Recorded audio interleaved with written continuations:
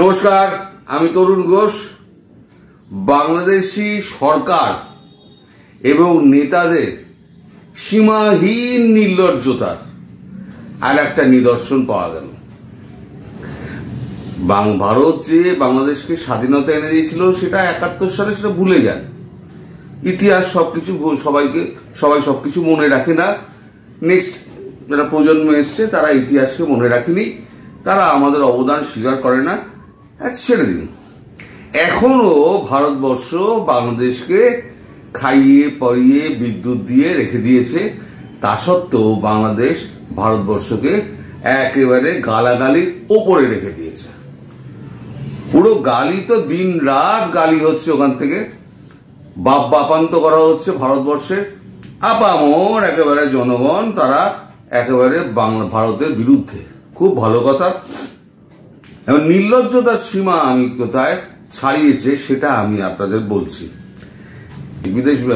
বিদেশ সচিব বিক্রম মিস্ত্রি তিনি যাওয়ার পর নানান রকম কথাবার্তা ওদেশ থেকে আওয়ামী লীগ সদস্য যারা আছেন, আমাদের এদেশেরও বেশ কিছু দর্শক আমাকে বারবার একটা কথাই বলেছেন যে এত বড় একটা দেশ, তার কি ওখানে পাঠানোর দরকার ছিল? এই একটা ছোট দেশ একটা, সেখানে আমাদের বড় দেশের একটা বিদেশ সচিবকে পাঠানো উচিত হয়নি। আমি তখনই তার আগেই বলেছিলাম, যাওয়ার আগের দিনেই বলেছিলাম, এই যে উনি যাচ্ছেন না, এটা হচ্ছে একটা শেষ চেষ্টা। যে ভারতবর্ষ শেষ পর্যন্ত চেষ্টা করে গেছে ইন্টারন্যাশনাল কমিউনিটির কাছে একটা বার্তা পৌঁছে দেওয়া যে ভারতবর্ষ কিন্তু খাবার দাবার দেওয়াও যেমন বন্ধ করেনি, বিদ্যুৎ দেওয়াও বন্ধ করেনি, একেবারে আলোচনার শেষ টেবিল পর্যন্ত বড় রাষ্ট্র হয়েও ছোট রাষ্ট্রের কাছে গিয়ে বিনীত অনুরোধ করার জন্যই এটা ইন্টারন্যাশনাল কমিউনিটির কাছে দেখানো। সেখানে যা হয়েছে সেটা নিয়ে তো পরে ভিডিও একটা করব, সেটা বিস্তারিত খবর এসছে, সেটা নিয়ে পরে একটা ভিডিও করব। এখন বাংলাদেশিদের একটা নির্লজ্জতার একটা প্রমাণ দিচ্ছে। এখন বাংলাদেশে একটা খবর বেরিয়েছে, বাংলাদেশিদের জন্য ভিসা বৃদ্ধি করবে ভারত। বিক্রম মিস্ত্রির ঢাকা সফরের পর আশায় ইউনিস প্রশাসন। মানে খুব আশা হয়েছে যে এইবারেতে ভিসা বাড়াবে। খুব ভালো কথা। লেখা হয়েছে, ভারতের বিদেশ সচিব বিক্রম মিস্ত্রির ঢাকা সফরের পর বাংলাদেশিদের জন্য ভারতের ভিসা সংখ্যা বৃদ্ধি করা হবে বলে আশা করছে সে দেশের অন্তর্বর্তী সরকার। বিদেশ সচিব নিজেও বৈঠকে এ বিষয়ে ইতিবাচক পদক্ষেপের আশ্বাস দিয়েছেন বলে দাবি তদারকি সরকারের অন্যতম উপদেষ্টা সৈয়দা রিজওয়ানা হাসানের। সোমবার বিদেশ সচিব মিস্ত্রির সঙ্গে ঢাকায় বৈঠক করেছেন বাংলাদেশের পররাষ্ট্র সচিব জসিম উদ্দিন। পরে পররাষ্ট্র উপদেষ্টা তৌহিদ হোসেন এবং প্রধান উপদেষ্টা মোহাম্মদ ইউনুসের সঙ্গে সাক্ষাৎ করেন মিস্ত্রি। তিনটি বৈঠকে দ্বিপাক্ষিক বিষয় নিয়ে আলোচনা হয়, যার মূল নির্যাস উভয় পক্ষই সুসম্পর্ক চায়। খুব ভালো কথা। একদিকে কি হচ্ছে না, ভারতের থেকে ভিসা চাই, ভিসা না হলে হবে না। ভারতের পণ্য বয়কট, কিন্তু সেই পণ্য ছাড়া তাদের চলবে না, সেই পণ্যই নিতে হবে। আবার হচ্ছে কি, ওই যে বিএনপি রিজভি সাহেব আছেন, তিনি কখনো শাড়ি পরাচ্ছেন, কখনো চাদর পরাচ্ছেন, সেগুলো হচ্ছে ইন্ডিয়ান। মানে ঘরে বিছানার পাতার চাদর, সেটাও হচ্ছে ইন্ডিয়ান। আরো কিছু ইন্ডিয়ান আছে, সেগুলো পরে বেরোবে হয়তো।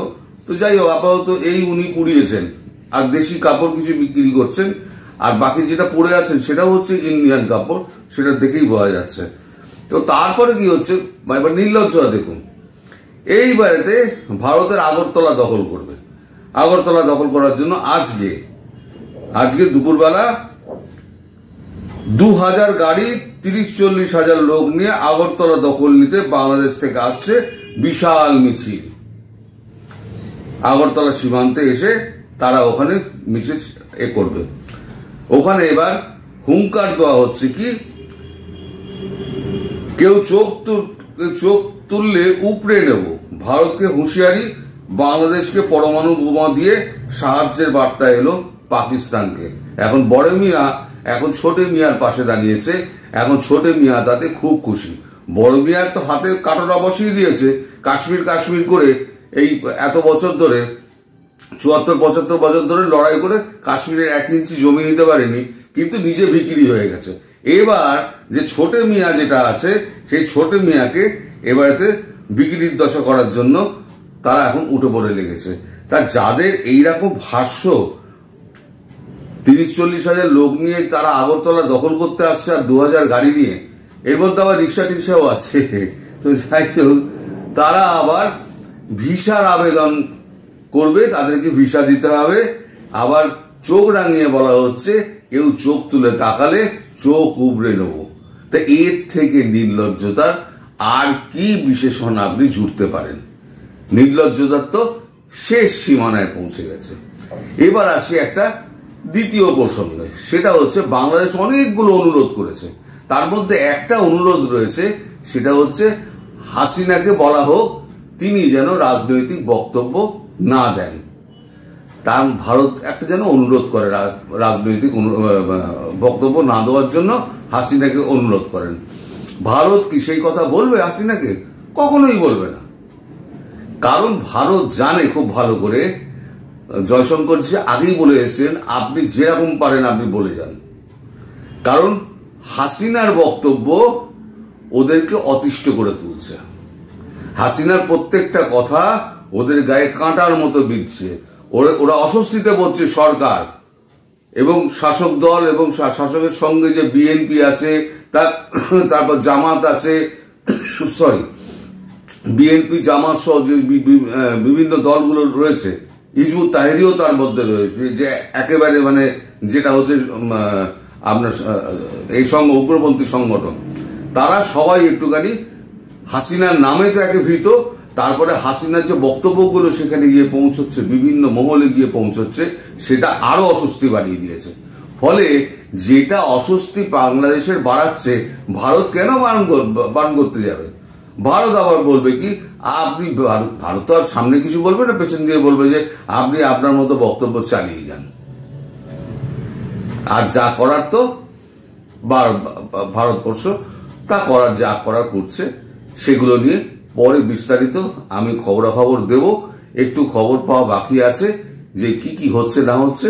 তবে এটা ঠিক যে কোনো দিন বড় একটা অ্যাকশন হয়ে যেতে পারে, কিন্তু আমার কাছে এখনো সঠিক কোনো খবর নেই, তাই আমি এটা নিয়ে কিছু বলবো না।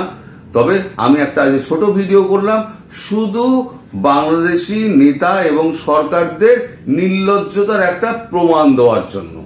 এবার আপনারা ভেবে দেখুন, এই বাংলাদেশিদের আমাদের ভারতবর্ষ কি ঢুকতে দেওয়ার উচিত হবে? সাধারণ যারা আছে বাংলাদেশি নিরাপরাধ, তাদের কথা বলছি না, এই যারা রয়েছে এই অবস্থানের মধ্যে, এই যে 10 লাখ 15 লাখ মতো মানুষ রয়েছে, এই মানুষগুলোকে কি আর ভারতবর্ষে ঢুকতে দেওয়া উচিত? আপনাদের কি মতামত আমায় কমেন্ট করে জানাবেন। সবাই ভালো থাকবেন, সুস্থ থাকবেন এবং সাবধানে থাকবেন। নমস্কার।